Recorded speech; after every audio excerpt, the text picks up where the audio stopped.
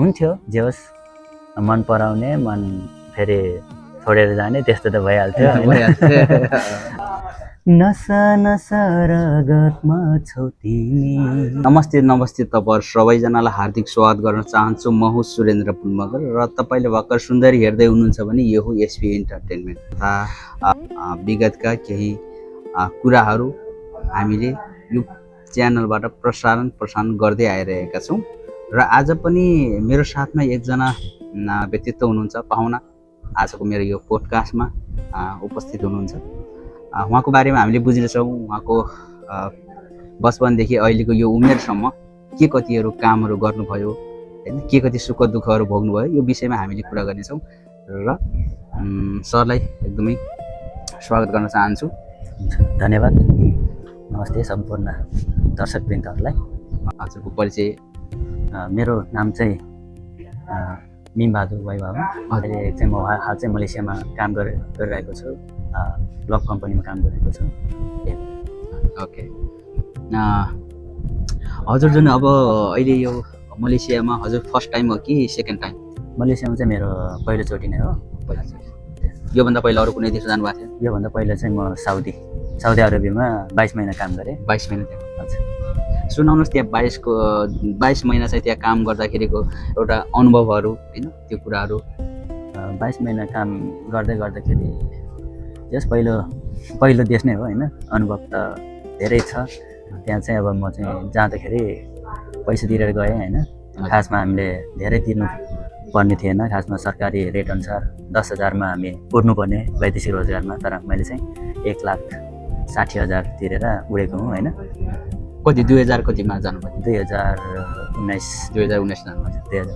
त्यतिखेर त कोरोनाको महामारी पनि थियो होइन? हजुर, त्योभन्दा अलि अगाडि जानुभयो कि अलि पछि? कोरोनाको महामारी कोरोनाभन्दा पछि नै अलि पछि नै। अनि अहिले यो मलेसिया आउँदाखेरि कति तिर्नुभयो खास? मलेसिया आउँदा खासै तिरेन भनौँ, किनभने शून्य लागतमा आइयो, फ्री भिसा फ्री टिकटमा आइएको।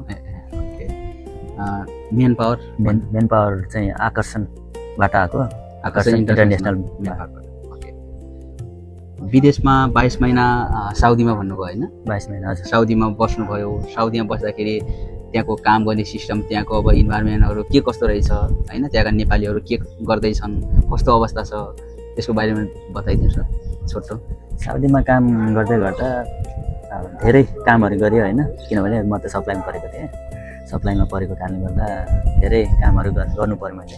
कहिले कन्स्ट्रक्सनतिर पनि गरेँ, कहिलेकाहीँ होइन, कहिलेकाहीँ चाहिँ फेरि यो के भन्छ यो सरकारी कामहरूमा, जस्तै यो रुख रोप्ने होइन, जङ्गलहरू वृक्षरोपण गर्ने, यो बिउहरू उमार्ने, प्लास्टिकमा त्यो माटोहरू भर्ने कामहरू पनि गरेँ समुद्र किनारमा। त्यस्तो घाममा होइन, त्यहाँको घाम फेरि यस्तो चाहिँ यो हावा अहिले हामी चलिरहेको यस्तो यो चिज, यो त धेरै चिसो छ नि त होइन, तर त्यहाँको हावा चाहिँ कस्तो भने खोर्सानीले पोल्ने त्यस्तो पिरो खालको हावा क्या, त्यो तातो क्या, पिरो भन्दा नि तातो, त्यस्तो पोल्ने तातो पिरो होइन, तातो पिरो हुन्छ अनि अरू हावाले हान्ने।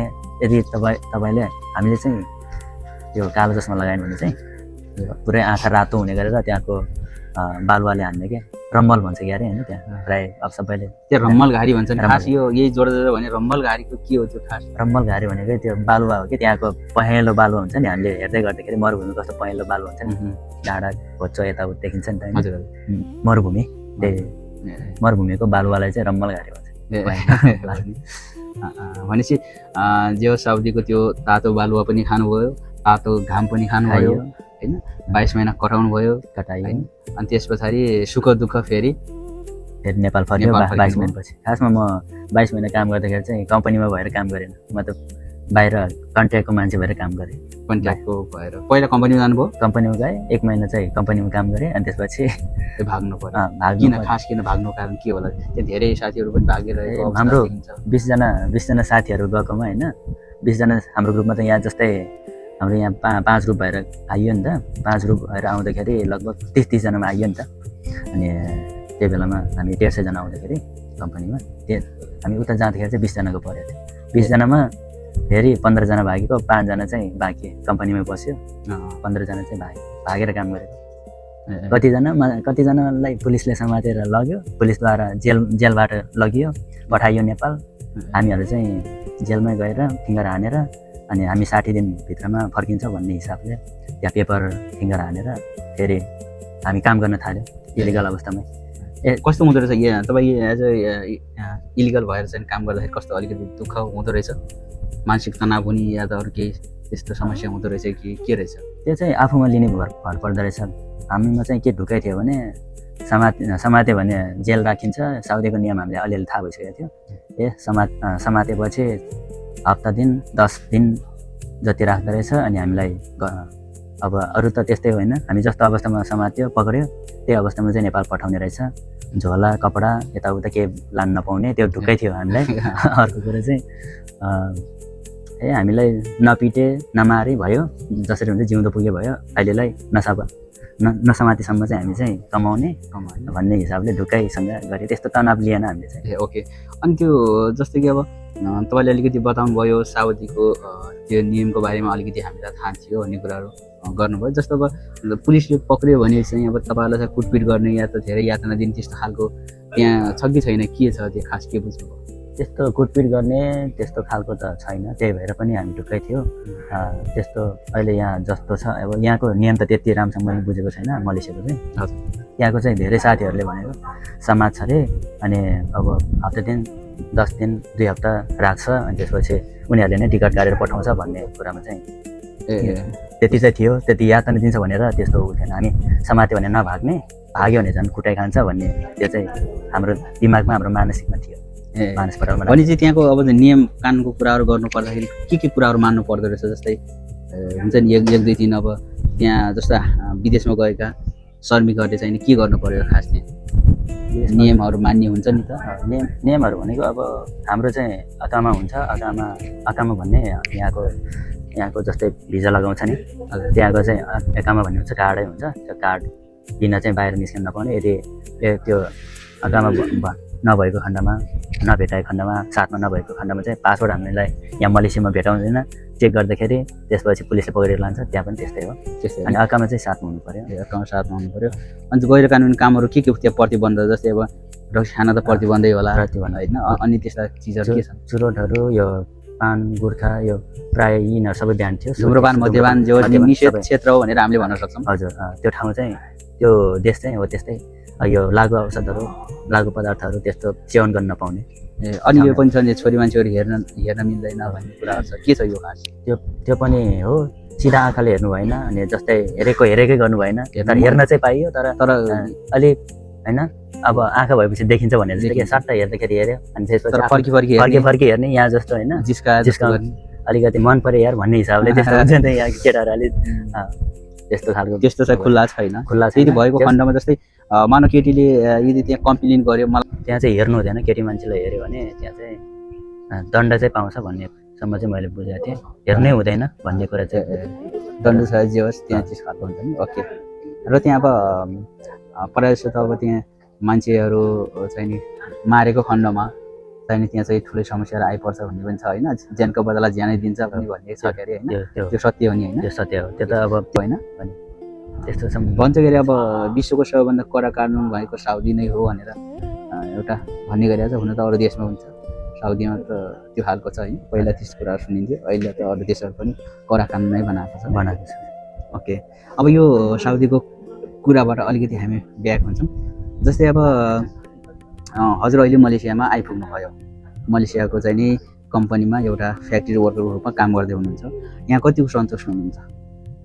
यहाँ त धेरै नै सन्तुष्ट भन्नुपर्छ, किनभने अब हामी त्यसै पनि फ्री भिसा फ्री टिकटमा आएको, त्यही अनुसारले बेसिक स्यालेरी ठिक छ, राम्रो छ। कम्पनी पनि अब पहिलाको पुरानो साथीहरूले भनेअनुसार यहाँ धेरै नै नियम परिवर्तन भएको छ, राम्रो छ। अहिलेको कामदारहरूलाई सुविधा छ, अहिले चाहिँ जो सुविधा ठिकै छ भन्ने छैन। अब नियम त अब जुनसुकै फ्याक्ट्रीमा लाग्ने नै लाग्ने, जे होस् अब त्यति नराम्रो नियम छैन, ठिकै छ होइन, त्यस्तो नराम्रो कामदेखि लिएर सबै दामसम्म ठिकै छ, ठिक होइन। एउटा जे होस् अब यतिसम्मको हुनु पनि राम्रै हो भन्ने हजुर सन्तुष्ट छ। ठिक छ भने चाहिँ कम्पनीमा कुनै पनि त्यस्तो गुनासो छैन, ठिक छ, छैन, राम्रो छ। अनि अब मलेसिया त आउनुभयो, मलेसिया आएको अहिले तपाईँको कति भयो मलेसिया आएको ठ्याक्कै यो मे दुई वर्ष 2 वर्ष भयो। अब 2 वर्षको पिरियडमा यहाँको ठाउँ यहाँको यसलाई चाहिँ रिसर्च गर्दाखेरि के पाउनु जस्तै बाहिरतिर घुम्दाखेरि भाषा त टोटली फरक भयो होइन। हजुर। अनि यहाँको चाहिँ खानपानहरू कस्तो लाग्यो, खानेकुराहरू? खानपानमा अलिकति फरक चाहिँ धेरै फरक छ। फरक लाग्यो। अब घरमा आफैले बनाएर खानु अनि आफ्नो श्रीमतीले आफ्नो परिवारले बनाएर खाएको र आफैले कस्तो प्रकारको बनाएर खान्छु त्योभन्दा धेरै फरक पाइएको छ खालको। आफूले भने जस्तो चाहिँ छैन जे होस् खाना चाहिँ। अनि अरू भने बाहिरको वातावरण भनेको अब राम्रै छ जे होस्। अलि सहरतिर पुग्यो भने घुम्ने ठाउँहरू राम्रै छ। ओके, अब यही कुरा सँगसँगै हामीले जोड्छौँ। जस्तो अब तपाईँले चाहिँ नि विदेश आउनुभन्दा पहिला साउदी अर्थात् मलेसिया आउनुभन्दा पहिला नेपालमा के गर्नुहुन्थ्यो? साउदी मलेसिया विदेश छिर्नुभन्दा पहिला त म शान्तिमा काम गर्थेँ। पहिला ठेकदारसँग काम गरिरहेको थिएँ पेन्टिङको। अनि त्यसपछि हुँदा आफैले पनि ठेकदारबाट काम सिकिसकेपछि चाहिँ यो आफैले पनि 2.5 तला 2.5 तला 3 तलाको ठेकदारै गर्न थालेँ। घर लिएर कन्ट्र्याक्ट लिएर। भनेपछि हजुरले चाहिँ बिल्डिङ कन्स्ट्रक्सन जस्तै कामहरू गर्न सक्ने जस्तै भयो भनौँ न। सामान्य तरिकाले ठेकदारै भन्नुभयो होइन। जस पहिला पहिला चाहिँ नि त्यसको एउटा हेल्परको रूपमा काम गर्नु, पछि चाहिँ नि आफैले साइड लिएर काम गरेँ भनौँ न। ठिक छ। अनि अब त्योभन्दा जस्तै अब सानो बचपनको कुरामा जान्छौँ हामी, बालापनको कुरामा तपाईँले कतिको त्यस्तो उटपट्याङ भन्ने हुन्छ नि त, कतिको उटपट्याङ गर्नुभयो त्यस्तो कुनै याद छ भने? अब स्कुल लाइफमा हुनसक्छ या त सानो बच्चामा हुनसक्छ होइन। के छ त्यसको बारेमा एकदमै रमाइलो कुराहरू सुनौँ। त्यस्तो उटपट्याङ काम भन्ने कुरा ममा चाहिँ त्यस्तो थिएन। सोझो थियो धेरै सोच्यो। अब सानोमा चाहिँ अहिले आएर अलिक परिवर्तन भएको समय र ठाउँ अनुसार। नत्र भने मान्छे सोझो मान्छेसँग त्यस्तो नबोल्ने, धेरै नजिस्किने, अनि आफ्नो काम के छ त्यो गर्ने, हिँड्ने, स्कुलसम्म पुगेर आउने, गोठालो लाग्नुपर्छ गोठालोसम्म जाने, गोठालो जाने, त्यही हो। अब त्यस्तो उटपट्याङ गर्ने समय त्यस्तो खासै चाहिँ स्कुलमा अनि पढ्दाखेरि केटीहरू जिस्काउने हुन्छ होइन, एउटा उमेर हुन्छ नि त। अनि जुन केटीहरू त्यही केटी मनपर्ने एउटा उमेर पनि हुन्छ होइन। त्यस्तो के भयो त्यसको बारेमा बुझ्नु? स्कुल अब म पछि सानोमै काठमाडौँ आयो। खासमा सानोमै काठमाडौँ आएको कारणले गर्दा मैले 5 क्लासदेखि चाहिँ 5 क्लास चाहिँ जोइन गरेँ 5 क्लासदेखि। अनि त्यसपछि जोइन गर्दा हुन्थ्यो जे होस्, मन पराउने, मन फेरि छोडेर जाने त्यस्तो त भइहाल्थ्यो। अनि त्यही पनि म गीत सङ्गीतमा अलि रुचि राख्ने कि गीत गाउने, म्युजिक ट्र्याकहरूमा, अनि कपी गर्ने, गीतलाई कपी गरेर गाउने, ट्र्याकहरूमा गाउने गर्दाखेरि अनि ठ्याक्कै म्युजिकसँगै गाउन सक्ने क्षमता मसँग थियो। अनि गाउँदाखेरि जस मन पराउँथ्यो। अनि त्यसै कारणले गर्दा एउटा स्कुलमा चाहिँ कम्पिटिसन पनि भएको थियो क्या। कम्पिटिसन हुँदाखेरि एकजना केटीले चाहिँ मलाई मन पराएको रहेछ। 9 क्लासतिर पुग्दाखेरिको कुरा हो। ठ्याक्कै 1 सालपछि 10मा पुगेपछि मात्रै भेट भएको खासमा। मन चाहिँ उसले पहिलेबाट पराएको रहेछ, तर मन पराएको भन्न नसकेको रे। अनि उसले बेला हाम्रो क्लासको हाम्रो स्कुलको केटाकेटी त्यो साथीहरूले चाहिँ भन्थे, तेरो फ्यानले चाहिँ बोलाएको छ है, के अरे सम्झेको छ है भनेर भन्थ्यो अरे। सम्झेको छ है भन्थ्यो। अनि त्यसपछि त ठिकै छ भन्थेँ म पनि, ए हो र भन्थेँ। अनि मैले त्यति वास्ता राख्थेन, तैपनि मनमा चाहिँ कता लाग्थ्यो क्या, कुन चाहिँ होला, जहिले नै 1 सालसम्म भइसक्यो होइन, को मान्छे होला त्यस्तो अरे त्यतिबेला याद गर्ने, वास्ता गर्ने, अनि सम्झिरहने। जतिखेर पनि भन्छ, भोलि पनि त्यही भन्छ, पर्सि पनि त्यही भन्छ, 1 हप्तापछि पनि त्यही भन्छ। हुँदा 1 साल बित्दा पनि त्यही कुरा। पछि त नम्बरै पठाइदिएछ हेर्नु। नम्बर पठाएछ है? नम्बर पठाएँ। यदि कल गर्नु मन लाग्छ भने यसमा कल गर्नु भन्नु, साथी बन्न इच्छा छ भने भन्ने कुरा चाहिँ भएको थियो क्या। अनि तैपनि को रहेछ भने 1 साल त बितिसक्यो त्यस्तो भनेर मैले चाहिँ कल गरेँ। अनि आउने हो रे, घरसम्म नि आइयो, यसो हेरेको। त्यसरी चाहिँ आएको थियो। भने साथी पनि बन्यो। भने उटपट्याङको लागि चाहिँ तपाईँ बढी सोझो। हजुर। तर त्यता चाहिँ अलिकति तपाईँ चलाक नै हुनुहुँदो रहेछ होइन।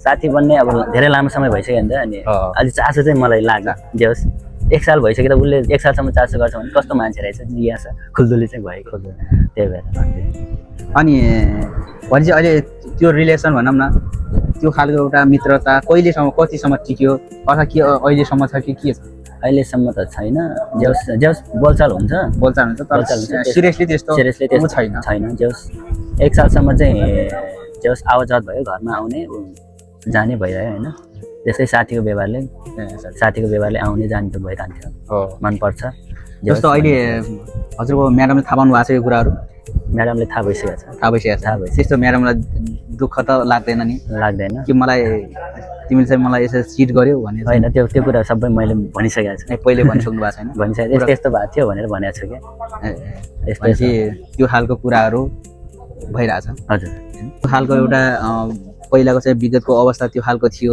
होइन त्यसैले गर्दाखेरि अहिले त्यो कुरा सम्झिँदाखेरि कति रमाइलो होइन के थियो त्यो समय भन्ने हुन्छ नि त होइन जस्तो योभन्दा अझै पछाडि जो आज हामीले यो कुराहरू गरिरहेका छौँ अब यसको चाहिँ 20 वर्ष पछाडि 30 वर्ष पछाडि 40 वर्ष पछाडि इभन होइन हेर्दाखेरि के त्यो पनि एउटा बेग्लै खालको चाहिँ नि त्यतिखेर चाहिँ अनुभव होला होइन फिलिङ आउला होइन त्यो खालको छ नि त ओके हामीले यो विषयमा चाहिँ कुरा गर्न खोजिरहेको थियौँ त्यो जुन सङ्गीतको विषयमा चाहिँ भन्ने कुराहरू गर्नुभएको थियो नि यो सङ्गीतको विषयमा के छ हजुरले चाहिँ नि एउटा मिठो गीत सुनेर चाहिँ हाम्रो दर्शकहरूलाई चाहिँ नि सुनाइदिनु त हुन यस्तो गीत अहिले पहिला चाहिँ खुब इन्ट्रेस्ट गर्थेँ अहिले चाहिँ त्यति अब अहिले चाहिँ गिटार मात्रै बजाउँछु गीत पनि अलिअलि गाउनु त गाउँछु त्यति आफूलाई त्यति राम्रो जस्तो त लाग्दैन तैपनि धेरै साथीहरूलाई मनपर्छ भन्छ मनकै पर्छ भन्छ एउटा लोकगीत हुन्छ एउटा जो भयो गाउँछ तर मलाई सबै यो आर्टिस्टहरू अनि यो गीतकार सङ्गीतकारहरू म त्यति याद हुँदैन मलाई चाहिँ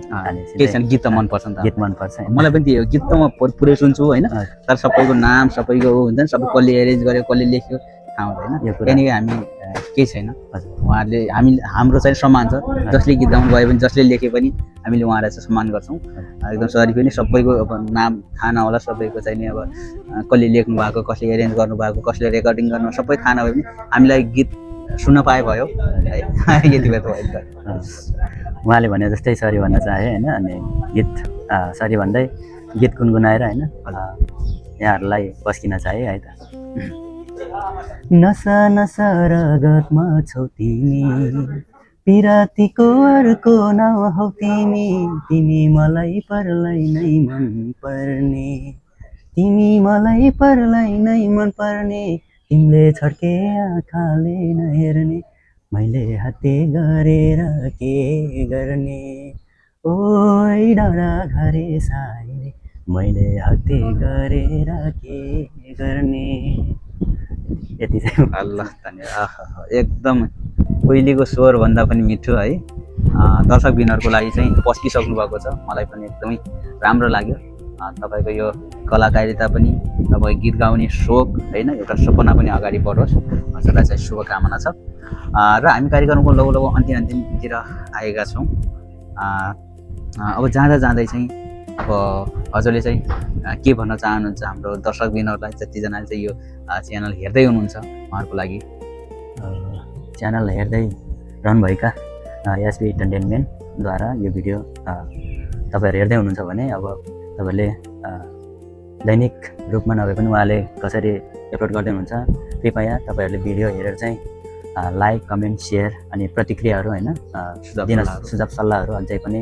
कस्तो खालको भिडियोहरू छ ल्याउँदा राम्रो हुन्छ सफल हुन्छ होइन अनि त्यो कुराहरू चाहिँ तपाईँहरूले अझै सल्लाह सुझाव दिन सक्नुहुनेछ विशेष गरेर लाइक र कमेन्ट अनि सब्सक्राइब चाहिँ मजाले गरिदिनु सो मच अनि मात्रै दर्शकबिनहरू हामी पनि कार्यक्रमको अन्तिमतिर आएका छौँ अहिलेसम्म तपाईँहरूले सुनेर हेरेर साथ दिनुभयो तपाईँहरूलाई धेरै धेरै धन्यवाद दिन चाहन्छु आजको कार्यक्रम तपाईँहरूलाई जस्तो लाग्यो त्यस्तै सुझाव सल्लाह र प्रतिक्रियाको लागि अपेक्षा गर्न चाहन्छु र अब भने म लगायत अनमोल सर आजको यो कार्यक्रमबाट बिदा हुन्छौँ हस्त नमस्ते जय नेपाल जय नेपाल